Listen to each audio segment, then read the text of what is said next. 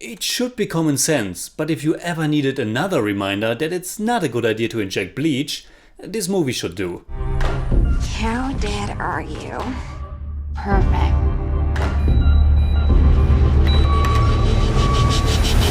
Did you pour bleach down that man's throat? Yeah.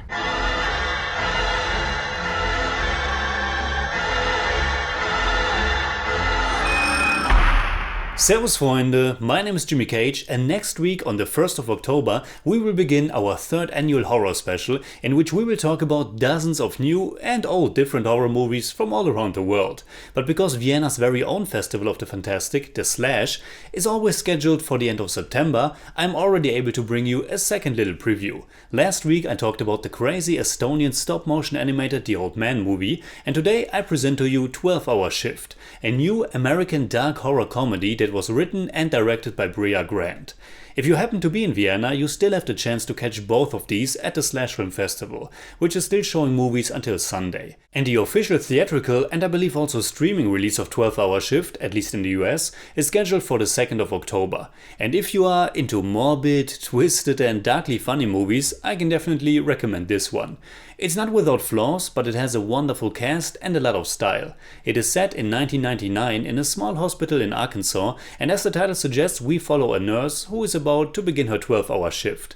A barely ever smiling Angela Bettis plays Mandy, an overworked and probably very underpaid nurse who's also a drug addict and doing a little side hustle, which is acquiring the products for a black market organ trading. But things really go south when her cousin Regina mishandles a kidney delivery. It's not really a twist in the movie, more like a little twist on the genre, but Regina isn't just helplessly waiting for her gangster employees to show up, instead it's her who is causing most of the havoc herself.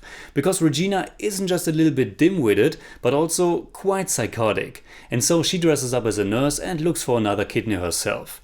Regina is played by Farnworth, and while the whole cast is pretty great, it's without a doubt her performance that I had the most fun with. I don't think I have seen her before in another role, but Farnworth comes across as a comedy natural. She reminded me a little bit of Jessica Roth from the two Happy Death Day movies, and she just plays this crazy blonde perfectly. The way she's dressed and her makeup definitely help a lot, but it's also the way she moves her body and the kind of posture she chooses that is just a lot of fun to watch. And it's also just fun to follow these pretty horrible characters in general, because 12-Hour Shift is a true dark comedy in which almost everybody is a pretty bad human being, and the way everything escalates is pretty amusing. The decisions of our protagonists are pretty ludicrous, and yet they are getting away with it for a pretty long time.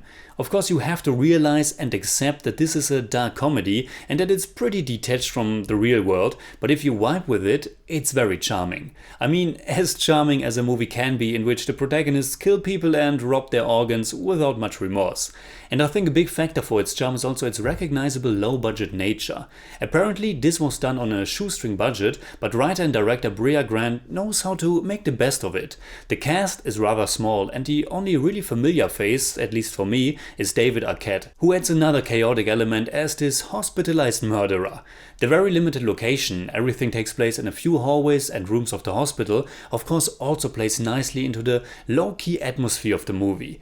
Everything has this run-down, yellowed touch, which is ugly, but in the hands of the film team, the nice and stylish kind of ugly. The cinematography was done by Matt Glass, and not only did he also co-produce the movie, but Matt Glass also composed the music. And the music was also a definite highlight for me, because it's really odd and quite different from what you expect for this kind of film.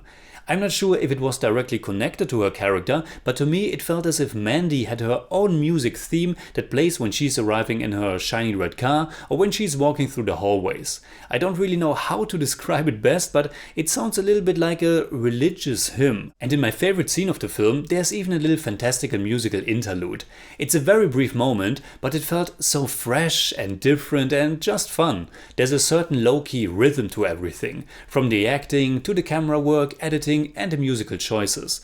And while there's actually not super much going on, or while there might have been even more potential, it always felt genuine to me. It doesn't take itself too seriously, and this very female perspective or twist on this kind of story just felt very fresh. So in German I'd say 12-Hour Shift ist ein wirklich charmant morbider kleiner Horrorkomödien-Thriller, der genug Stil und einen wirklich glänzenden Cast hat, um für seine knapp 90 Minuten blendend zu unterhalten. I give 12-Hour Shift 7 out of 10.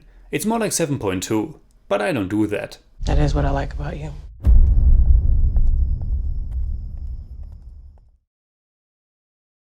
Alright, that's it like always. Comment below and let me know what you think about 12-Hour Shift. You can hit me up on Twitter, Instagram and Letterboxd, and also on Patreon simply at the Jimmy Cage. You can also become a member of the channel now and get extra rewards. And if you enjoyed this episode, please give me a thumbs up, share, subscribe, whatever you like. And make sure you hit that bell for all I have to tell.